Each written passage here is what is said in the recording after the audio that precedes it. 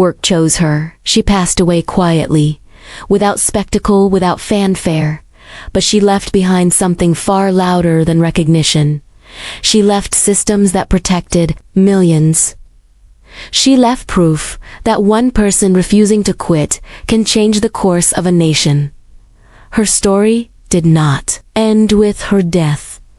It continued in every paycheck, protected every workplace made safer, every elderly American who did not face hunger alone. This story returns now to you, to the listener, to the moment you are living through. Because history is not finished and endurance is always needed, there are still locked doors, still unsafe spaces, still people told to accept less.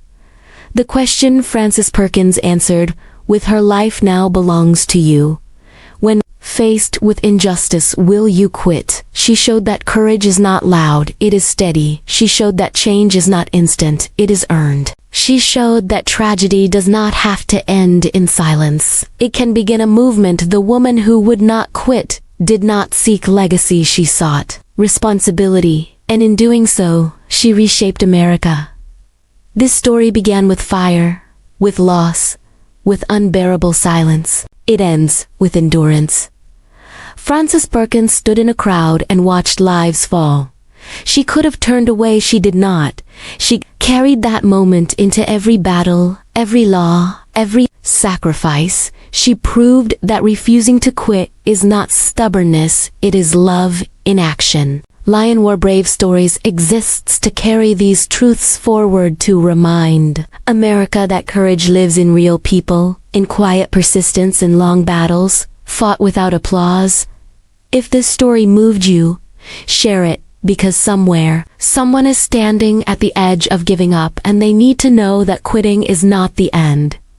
See you soon in next video. The story begins before the fire, before the screams, before the fallen bodies.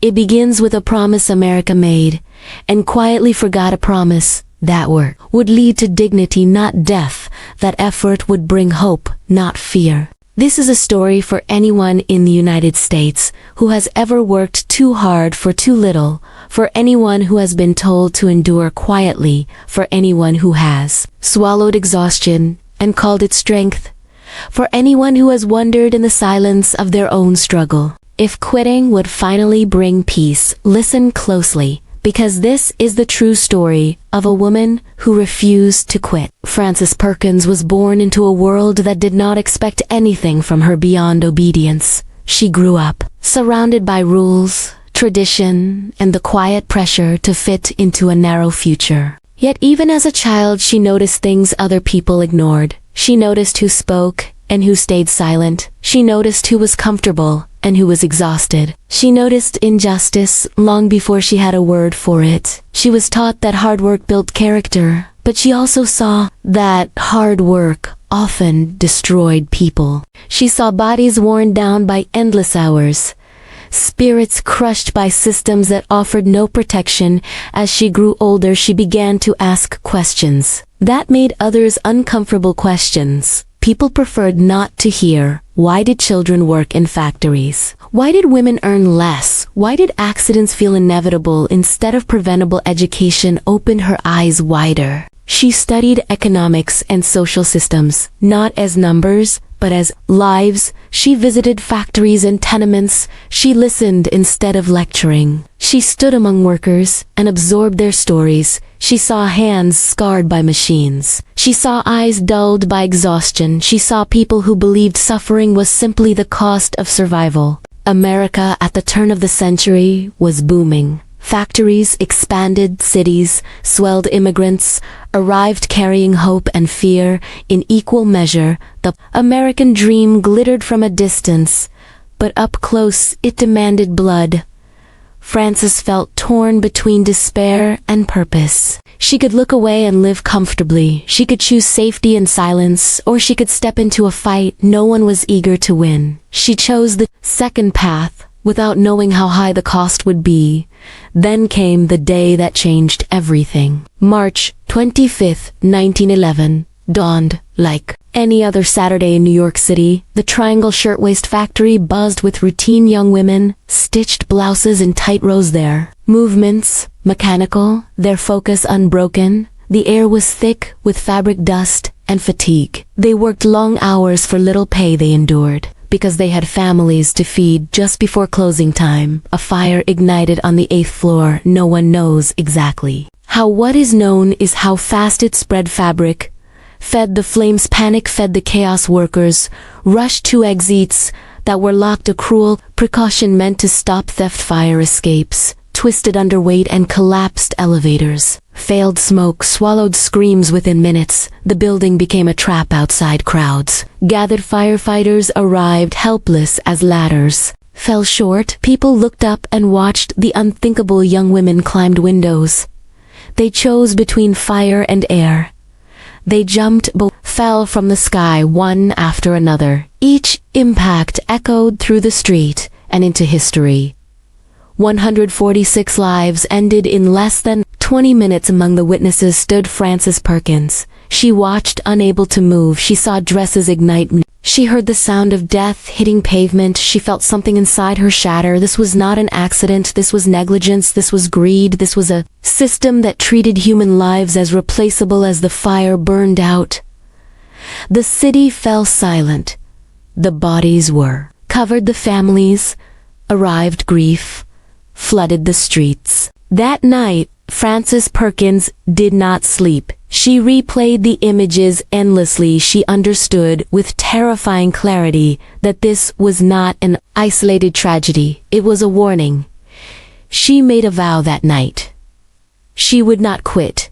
Not until work in America no longer meant risking your life. In the weeks after the fire, funerals filled the city. Coffins lined streets. Mothers, collapsed fathers, stood hollow-eyed. The dead were buried, but the questions refused to rest. Why were the doors locked? Why were there no safety measures? Why had no one stopped this? Frances Perkins attended as many funerals as she could.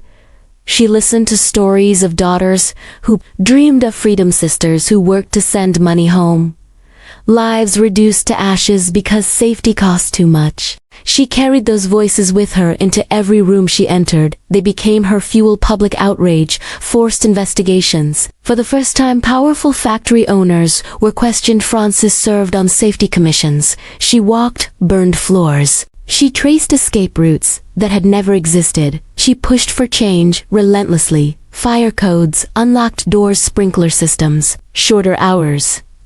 Inspections. Resistance was fierce. Business leaders warned of collapse. Politicians urged patience. They told her, progress takes time. She answered that death waits for no one. Every reform required a fight. Every victory came with backlash. She endured insults, threats, and isolation, but she remembered the falling bodies. She remembered the sound slowly lost. Changed. Not because people suddenly cared, but because someone refused to quit. Frances Perkins learned something vital during these years. Change does not come from outrage alone. It comes from persistence, from showing up again and again, from refusing to be silenced. She did not yet know how far her path would lead. She did not know she would one day reshape the entire American labor system.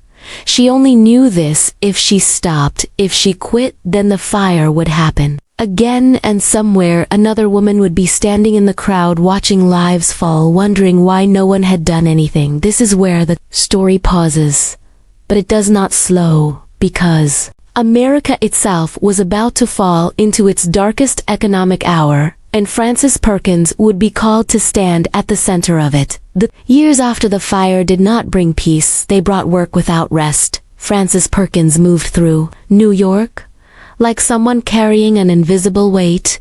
Every meeting, every inspection, every argument felt tied to the same memory. Locked doors, falling bodies, silence afterward. She became a force inside government offices that were never built for women. She was often the only woman in the room. Men spoke over her, dismissed her, delayed her proposals. She learned patience without surrender. She learned how to wait without yielding. She understood that outrage fades, but laws endure.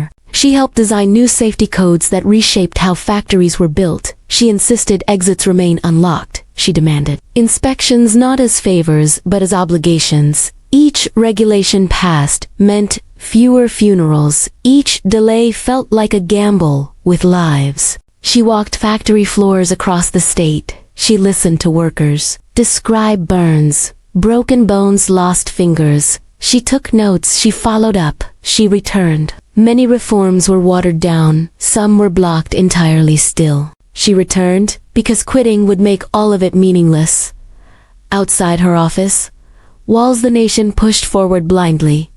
Industry expanded. Profits grew, warnings were ignored, a sense of invincibility crept into American life. Then the ground collapsed. In 1929, the stock market crashed at first. It looked like numbers on paper. Then it became empty tables and silent factories.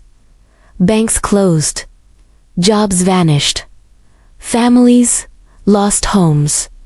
The Great Depression swallowed the country. Bread lines stretched for blocks. Men who once felt proud stared at the ground. Women rationed hope as carefully as food. Children learned hunger before learning arithmetic. Frances Perkins watched the collapse with dread and clarity. She knew this suffering would deepen inequality. She knew without intervention, desperation would consume the nation. Franklin Delano Roosevelt was elected president, promising a New Deal. He needed people who understood systems and suffering. He needed someone who would not quit. He chose Frances Perkins. Her appointment shocked the country. She became the first woman in American history to serve in the United States cabinet. Headlines mocked her, critics questioned her competence. Before she spoke a word, she did not respond to noise. She responded with work.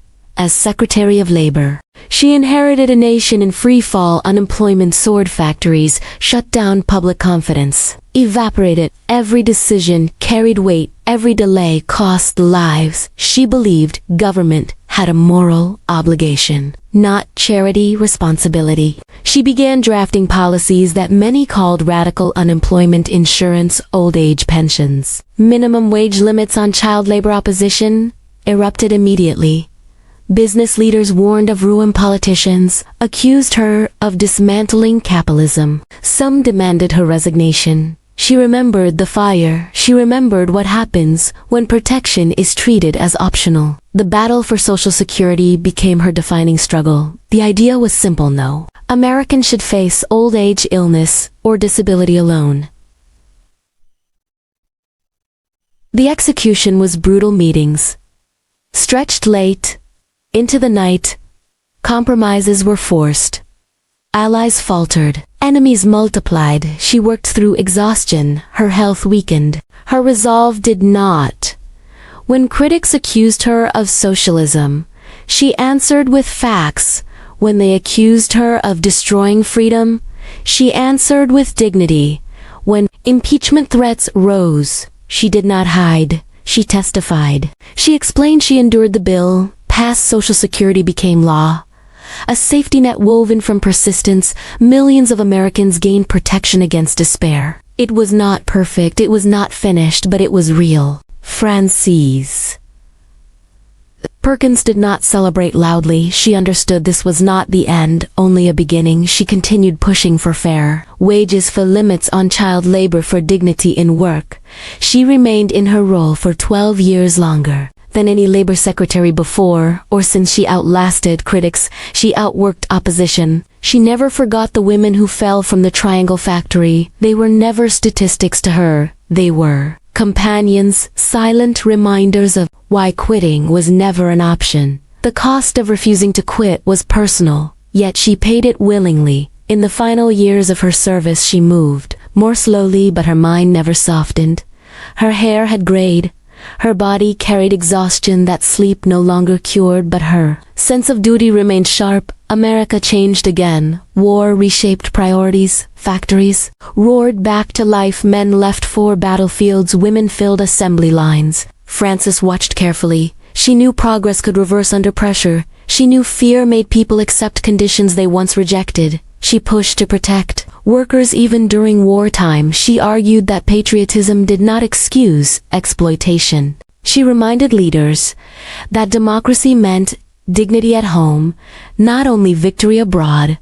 Resistance returned. Some accused her of standing in the way. Others told her this was not the time. She answered the same way she always had, if not now, then when behind closed doors. She carried grief that never left. Her husband struggled with illness. Her personal life bore sacrifices few ever acknowledged. She lived with constant scrutiny, constant pressure, constant judgment. Still, she showed up. She believed leadership meant endurance, not comfort, not applause. When her time as labor secretary ended, she left quietly. No grand farewell, no victory parade. She knew the work was larger than any one role, larger than any one lifetime. She carried her purpose forward into teaching and writing. She spoke to young people about responsibility. She told them, change comes slowly and costs deeply. She warned them that quitting is the greatest danger. In her later years, Frances Perkins reflected often on the fire. She spoke of it not as memory, but as presence. She said,